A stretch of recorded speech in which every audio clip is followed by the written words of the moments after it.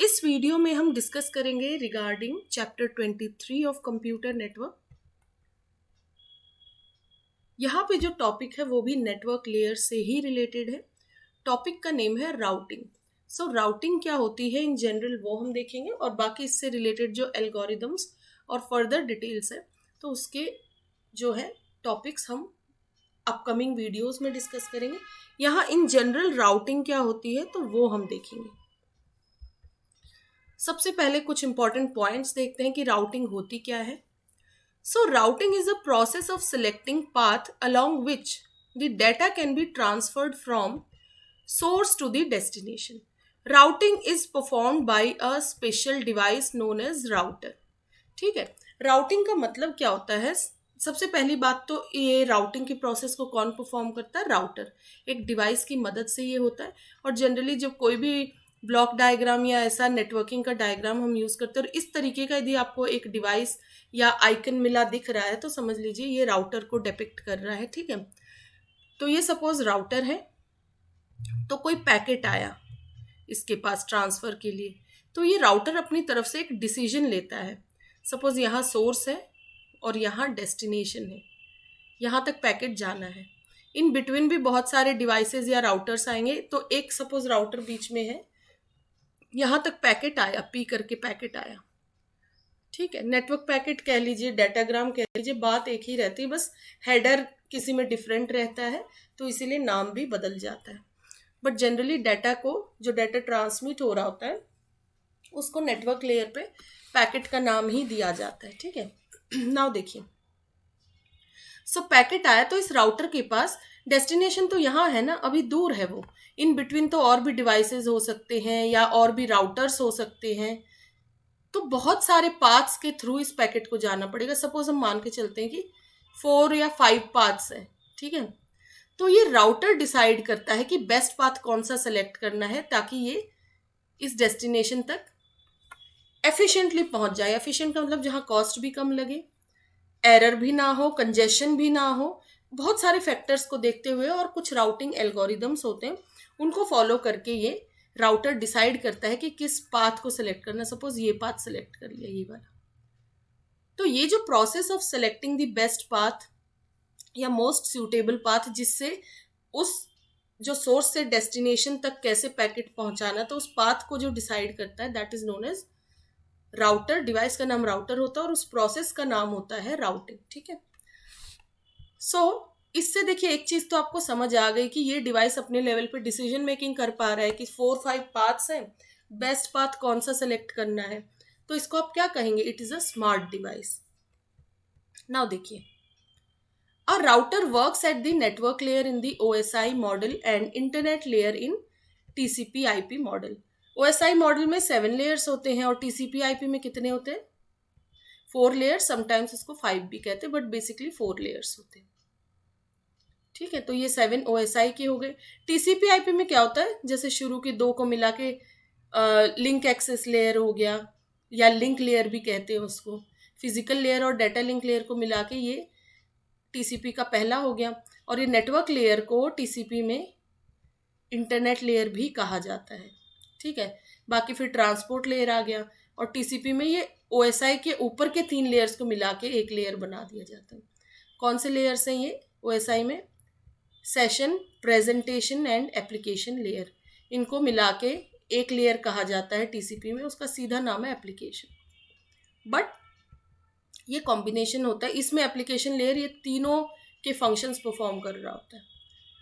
और network layer को internet layer भी कहते हैं, किसमें? TCP/IP मॉडल में। नाउ नेक्स्ट देखते हैं, अ router is a networking device that forwards the packet based on the information available in the packet header and forwarding table. अब ये चीज़ें क्या होती है देखिए, थोड़ा बहुत तो मैं प्रीवियस वीडियोज़ में भी ये आइडिया दे चुकी हूँ।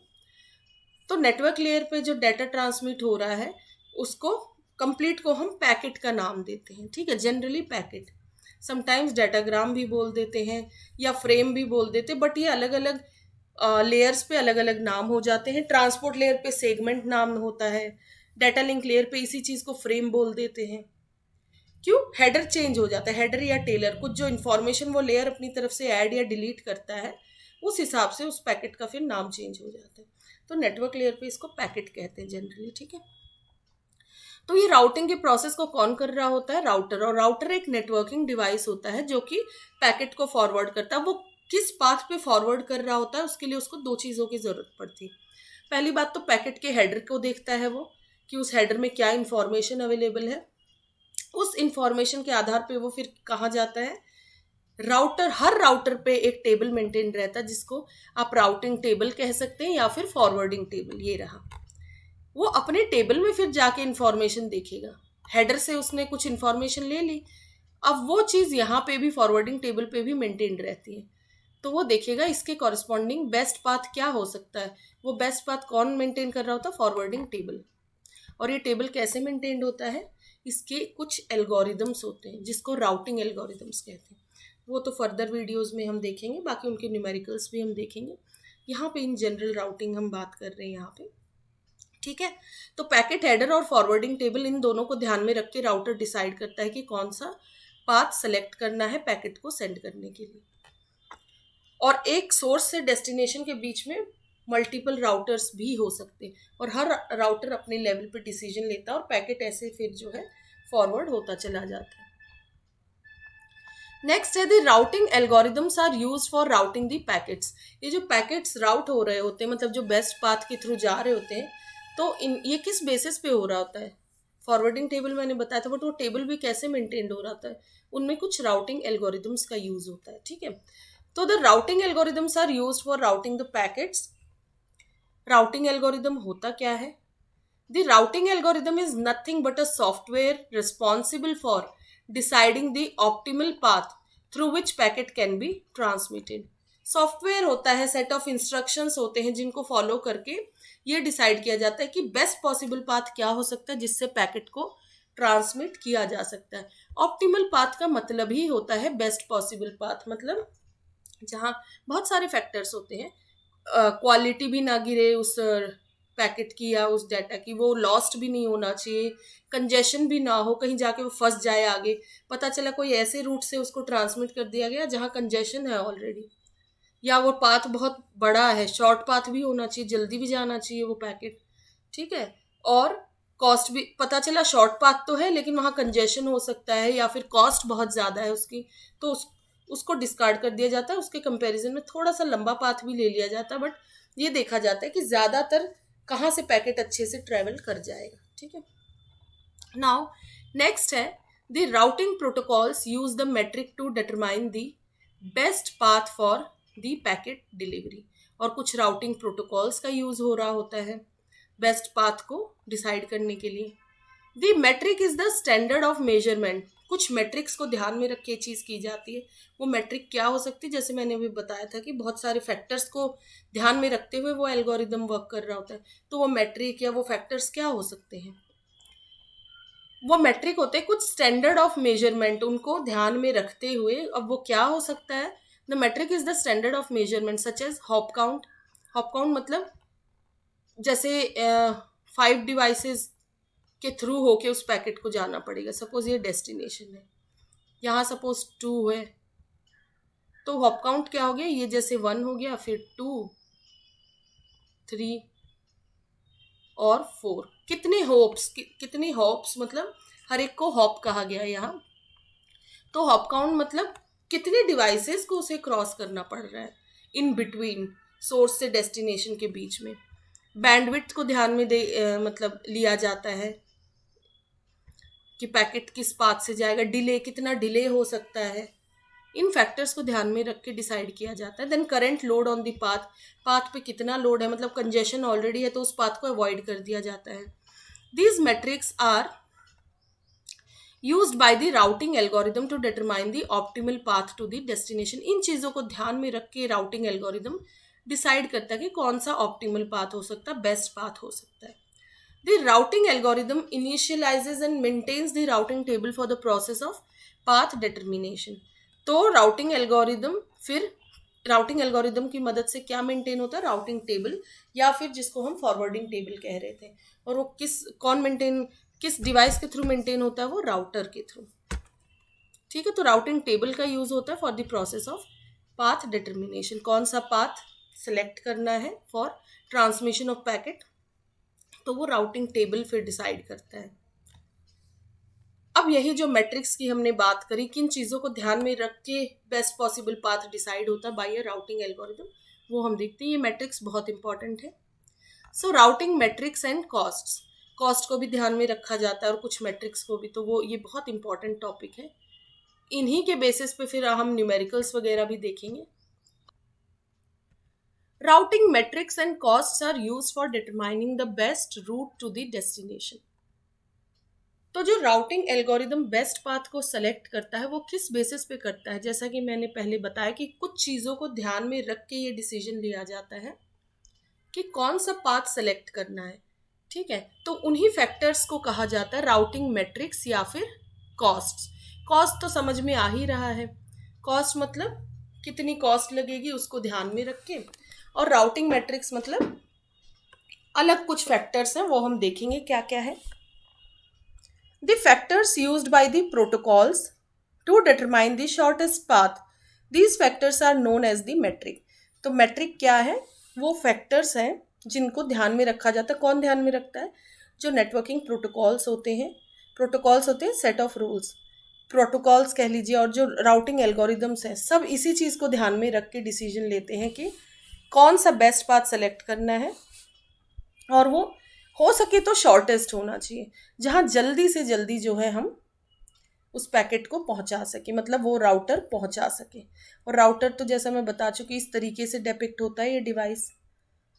यहीं पे राउटिंग टेबल मेंटेन रहता है, और उस टेबल को मेंटेन करने के लिए किसका यूज़ किया जाता है, राउटिंग एल्गोरिदम्स की मदद से वो टेबल मेंटेन रहता है।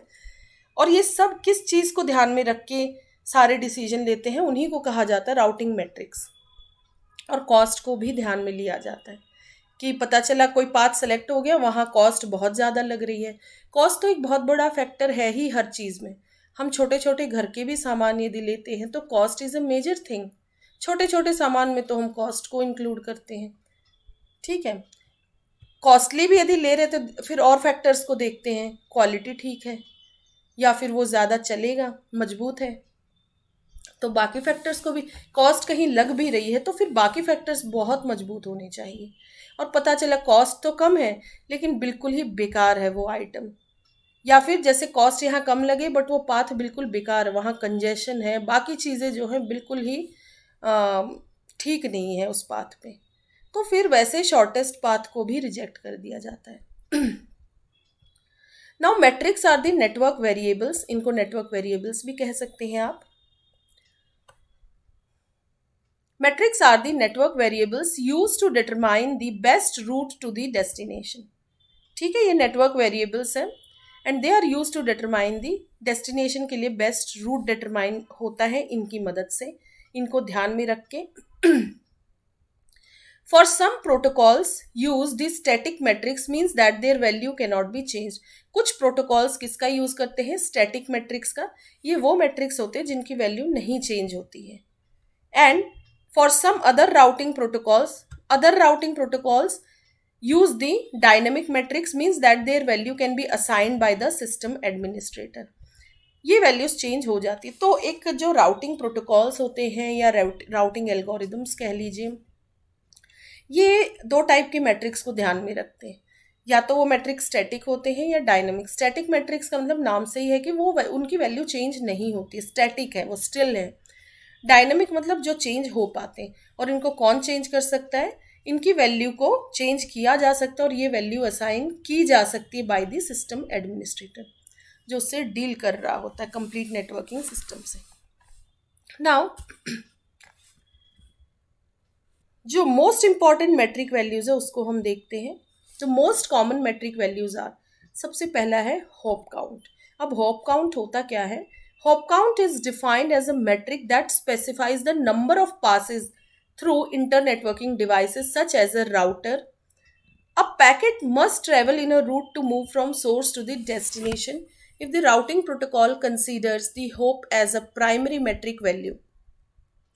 Then the path with the least hop count will be considered as the best path to move from source to destination. Suppose एक router है, वो हॉप काउंट को, मतलब इसी मैट्रिक को सबसे ज़्यादा इंपॉर्टेंस दे रहा है। तो इसमें ये देखा जाएगा कि जो हॉप काउंट लिस्ट है जिस पाथ पे, उस पाथ को सिलेक्ट कर लिया जाता है। अब हॉप काउंट में मैंने जैसा पहले बताया कि हॉप्स मतलब कितने बीच में डिवाइसेस पड़ रहे हैं उसके, कितनी बार जो है वो कितने डिवाइसेस को चेंज करता जा रहा है। जैसे ये एक होप हो गया, ये सेकंड सेकंड डेस्टिनेशन, मतलब उसको कितने डिवाइसेस बीच में मिल रहे हैं सोर्स टू डेस्टिनेशन। तो वो हो गया। जैसे यहाँ राउटर हो सकता है, कितने बीच में और भी बहुत सारे राउटर्स आ सकते हैं ना, हर राउटर अपना डिसीजन लेगा। कितने इंटरमीडियरी डिवाइसेस, मतलब बीच में जो डिवाइसेस है वो क्रॉस करने पड़ रहे हैं उस पैकेट को, उनको होप काउंट कहते हैं। कितने राउटर्स बीच में पड़ रहे हैं, एक पाथ पे सपोज 3 राउटर्स पड़ रहे हैं और एक पाथ पे एक ही राउटर पड़ रहा है। तो यहाँ क्योंकि होप को ध्यान में रखा जा रहा है, तो जहाँ पे एक डिवाइस पड़ रहा है या 2 पड़ रहे हैं, मिनिमम मतलब होप्स पड़ रहे हैं, उस पाथ को सिलेक्ट कर लिया जाता है। सेकेंड मेट्रिक है डिले। डिले मतलब कितना वक्त लग रहा है। बहुत डिले हो रहा है तो पाथ को डेफिनेटली जो है रिजेक्ट किया जाएगा। डिले क्या होता है? It is a time taken by the router to process, queue, and transmit a datagram to an interface. The protocols use this metric to determine the delay values for all the links along the path end to end. The path having the slowest delay value will be considered as the best path. तो router delay का मतलब जो total time, इसमें कौन सा time, जैसे suppose एक router है, ये देखिए ये एक राउटर है, ठीक है, ये अपने लेवल पे भी तो कुछ टाइम ले रहा है। सपोज एक पैकेट आया इसके पास, राउटर इस पे प्रोसेसिंग कर रहा है, जो भी इसकी हेडर वैल्यू देख के फिर अपने टेबल को देख रहा है जाके, फिर बेस्ट पाथ सेलेक्ट करेगा।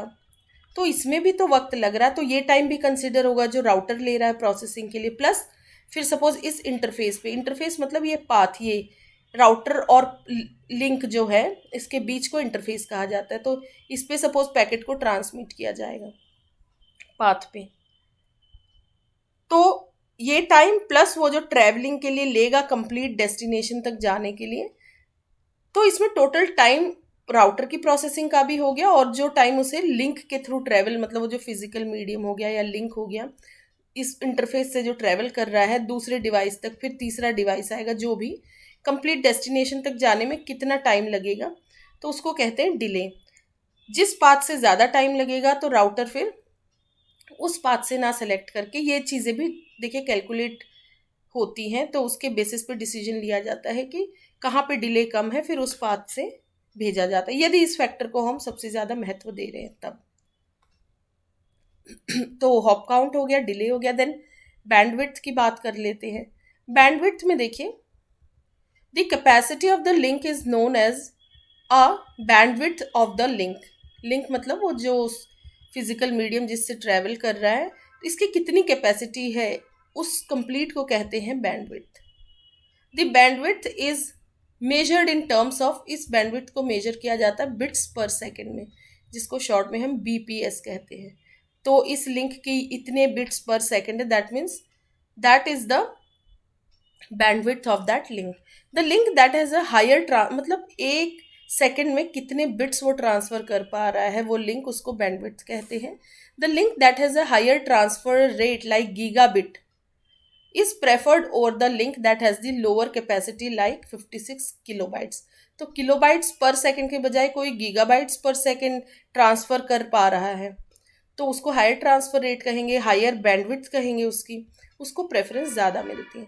The protocol will determine the bandwidth capacity for all the links along the path and the overall higher bandwidth will be considered as the best route. तो वो क्या करता है, सपोज ये राउटर है और अलग अलग लिंक्स हैं, तो जो राउटिंग या नेटवर्किंग प्रोटोकॉल्स हैं वो क्या करते हैं, राउटिंग प्रोटोकॉल्स वो डिसाइड करते हैं कि कौन से लिंक पे बैंडविड्थ ज़्यादा है, बैंडविड्थ कैपेसिटी किस लिंक की कितनी है, इसके अकॉर्डिंग लिंक डिसाइड होता है। तो बैंडविड्थ हो गया एक फैक्टर।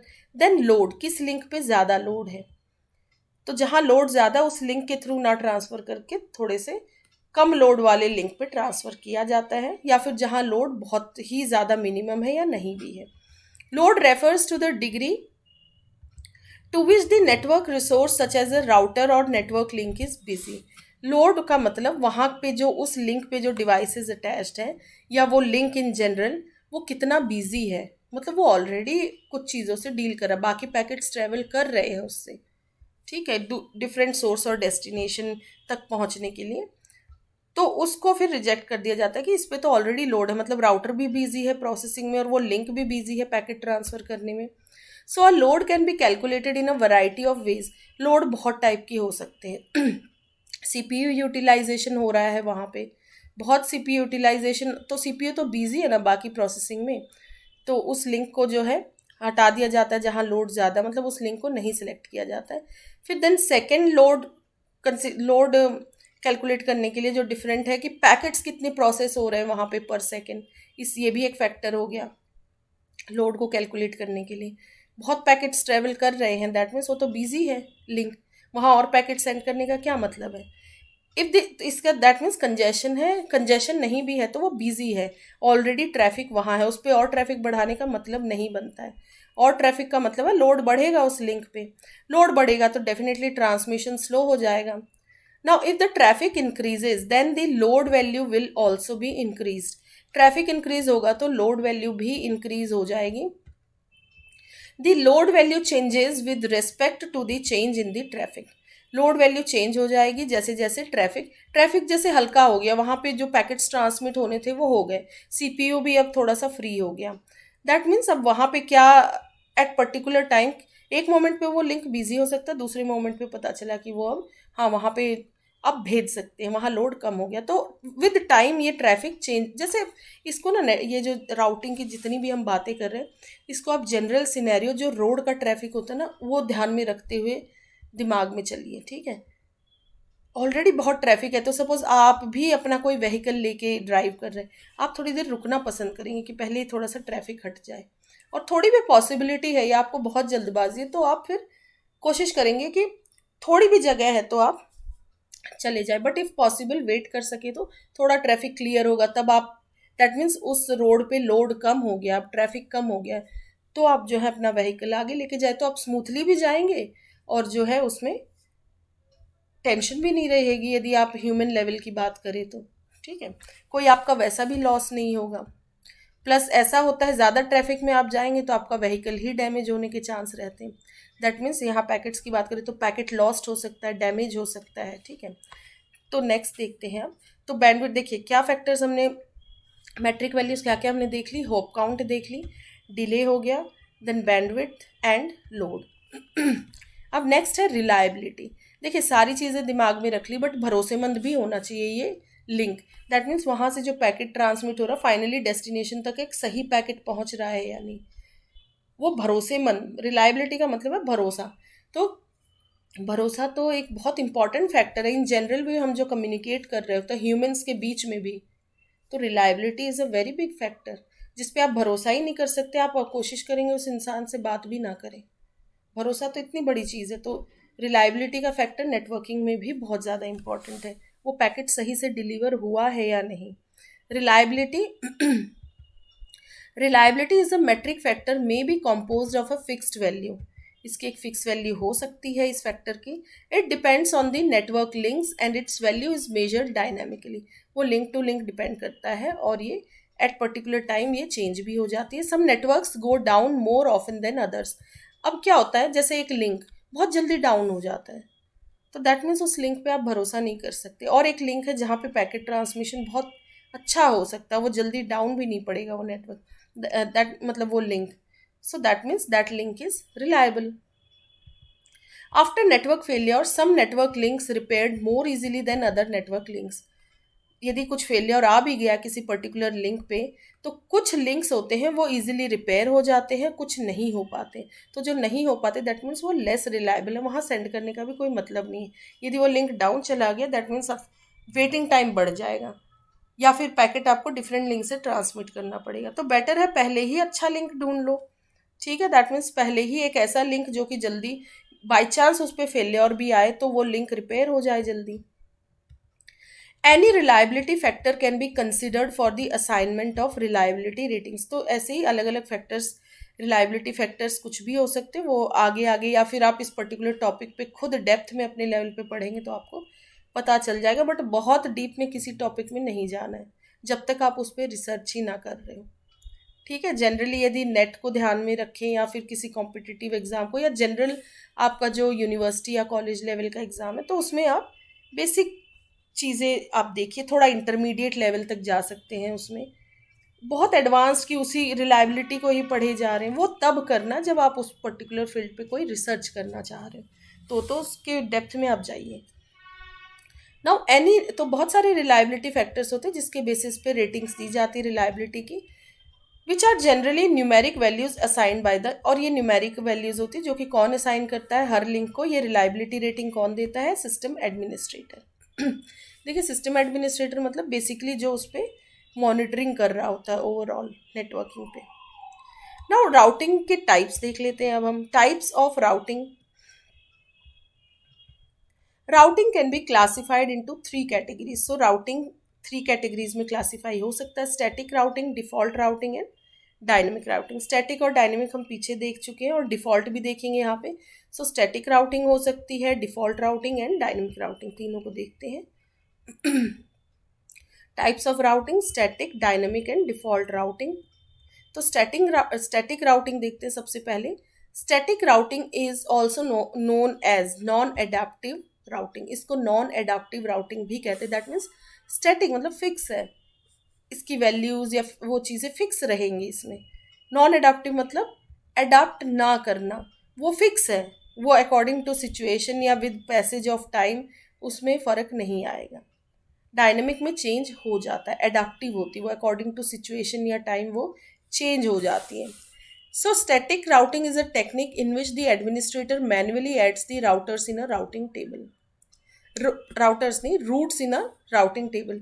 जब एक राउटिंग टेबल को सिस्टम एडमिनिस्ट्रेटर मैन्युअली उसमें रूट्स ऐड करता है या उसको अपने लेवल पे भी मेंटेन करता है, उसको स्टैटिक राउटिंग कहेंगे।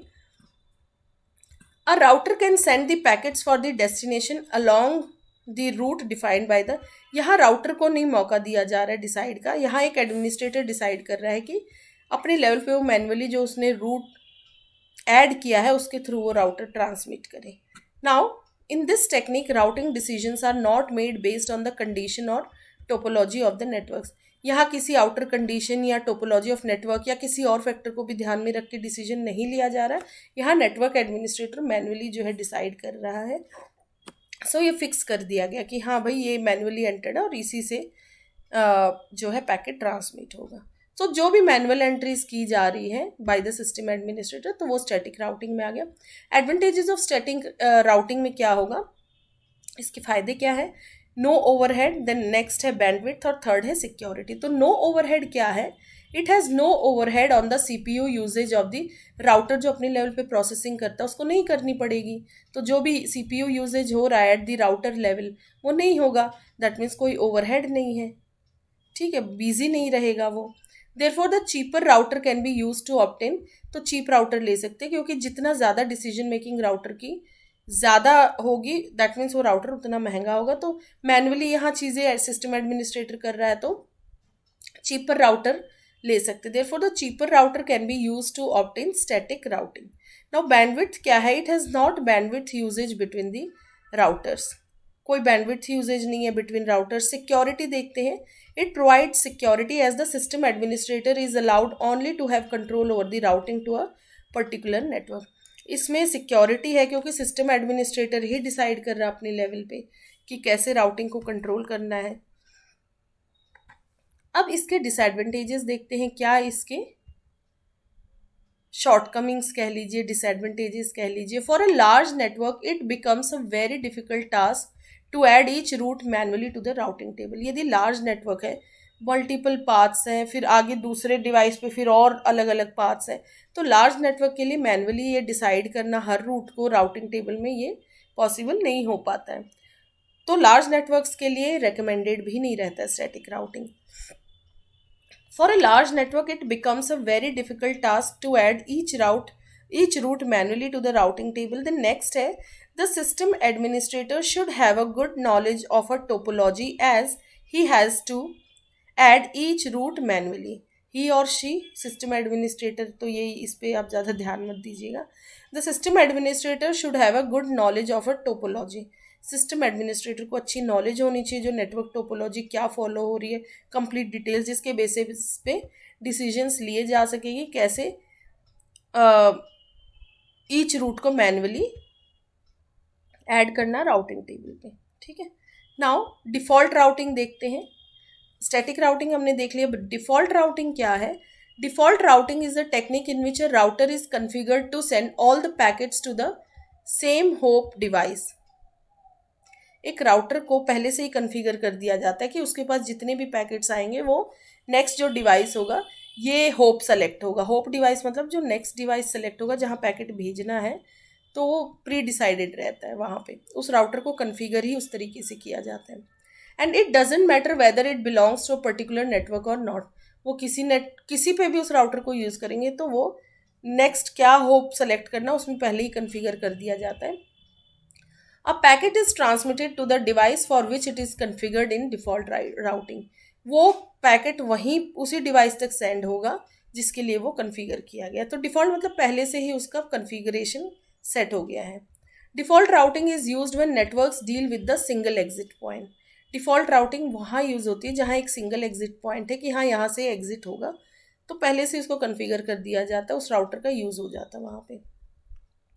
It is also useful when the bulk of transmission networks have to transmit the data to the same hope device. ये होप होगा, बहुत सारे नेटवर्क ट्रांसमिशंस उसी पर्टिकुलर डिवाइस पे सपोज सेंड करने, एक पर्टिकुलर होप है, तो वहाँ पे डिफ़ॉल्ट राउटिंग का है कि हमें पता रहता है वहाँ पहले की मतलब राउटर को कि भाई यहाँ इस पर्टिकुलर डिवाइस तक ही ज़्यादातर पैकेट्स को ट्रांसमिट करना, तो वहाँ फिर स्टैटिक राउटर्स का यूज़ हो जाता है।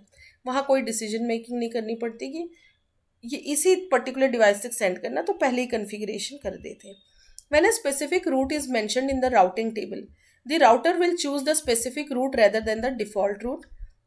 और कोई डिफ़ॉल्ट रूट के बजाय कोई स्पेसिफिक रूट भी मेंशन कर सकते हैं, बट वो भी पहले ही मेंशन हो जाता है, तो फिर वो डिफ़ॉल्ट रूट ना लेके उस स्पेसिफिक रूट को ले लेता। तो थोड़ा बहुत राउटिंग इसमें डिफ़ॉल्ट राउटर में कन्फिग्रेशन चेंज हो सकती है कि डिफ़ॉल्ट के बजाय वो स्पेसिफिक रूट को भी सिलेक्ट कर लेता है यदि वो मेंशन्ड है। तो डिफ़ॉल्ट वैसे तो वो डिफ़ॉल्ट रूट को ही लेगा, बट समटाइम्स डिफ़ॉल्ट रूट यदि स्पेसिफिक रूट मेंशन हो गया तो डिफ़ॉल्ट को वो रिजेक्ट करके स्पेसिफिक रूट को लेगा।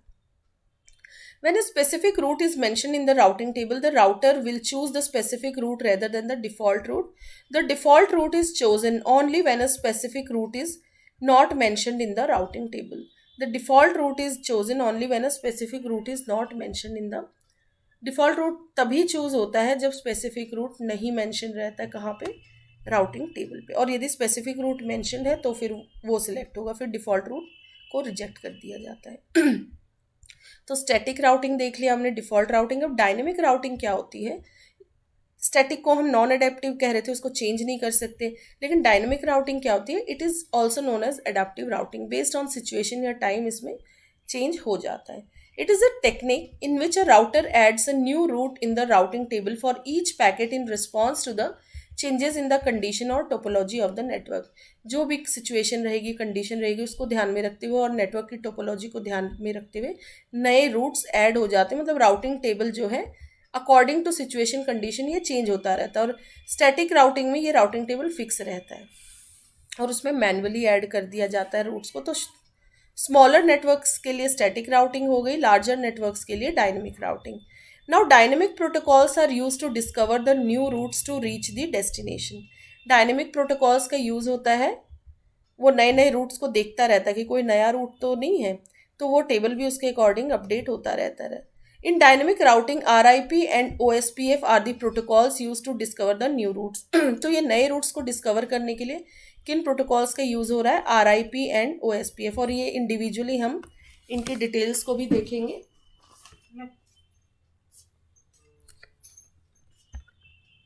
If any route goes down, then the automatic adjustment will be made to reach the destination. ठीक है, कोई रूट यदि डाउन जा रहा है देन ऑटोमेटिक एडजस्टमेंट भी करी जा सकती है to reach the destination. Now the dynamic protocol should have the following features. एक डायनेमिक प्रोटोकॉल में ये सारे फीचर्स जो है इनको ध्यान में रखते हुए वो वर्क करता है। फर्स्ट है, all the routers must have the same dynamic routing protocol in order to exchange the routes. ठीक है, सेम प्रोटोकॉल का यूज़ होगा जो सारे राउटर्स उस नेटवर्क में यूज हो रहे हैं उनका डायनेमिक राउटिंग का जो प्रोटोकॉल है वो सेम रहेगा, ताकि उसी बेसिस पे जो है राउटर्स आपस में एक्सचेंज कर सके इंफॉर्मेशन और पैकेट को फर्दर ट्रांसमिट कर सके। पता चला एक राउटर पे अलग डायनेमिक प्रोटोकॉल का यूज हो रहा, दूसरे पे दूसरे, तो फिर वो सेट ऑफ रूल्स कहाँ रहे, वो तो रैंडम हो गया ना, वो प्रोटोकॉल ढंग से यूज ही नहीं हुआ, फिर तो उसको प्रोटोकॉल भी नहीं कहेंगे। If the router discovers any change in the condition or topology, then router broadcasts this information to all other routers. If the router discovers any change, यदि राउटर देखता है कि कोई कंडीशन चेंज हुई या नेटवर्क टोपोलॉजी में कुछ change आया, तो राउटर इस इन्फॉर्म कोई एक पर्टिकुलर राउटर को सपोज ये सेंस हो गया, उसने पता लगा लिया, तो वो राउटर ब्रॉडकास्ट करता है इस सेम इंफॉर्मेशन को सभी राउटर्स को जो उस नेटवर्क पे और जो उसके आसपास हैं या उस नेटवर्क पे हैं। तो सारे राउटर्स इस इंफॉर्मेशन को लेके अपने राउटिंग टेबल को भी अपडेट कर देते हैं। ठीक है, now advantages of dynamic routing के एडवांटेजेस क्या है? It is easier to configure, configuration इसका ईजी रहता है। Then it is more effective in selecting the best route in response to the changes in the condition और topology. देखिए, पहली बात तो ईजियर टू कन्फिगर क्यों कहेंगे? मैनुअली किसी भी चीज़ को एंटर करना फॉर अ लार्जर नेटवर्क वो बहुत टीडियस होता है। डायनेमिक राउटिंग में ये चीज़ें खुद अपडेट हो जाती हैं। ठीक है, now it is more effective in selecting the best root, आसानी से यहाँ पे सेलेक्ट हो जाता है क्योंकि डिसीजन मेकिंग चेंज होती रह रही है बेस्ड ऑन द कंडीशन और टोपोलॉजी। उनको ध्यान में रखते हुए बेस्ट रूट डिसाइड हो जाता है, पहले से ही फिक्स नहीं रहता कि भाई इसी रूट से सेंड करना है पैकेट्स को। So it can be changed dynamically based on condition और टोपोलॉजी। डिसएडवांटेजेस क्या हैं इसके?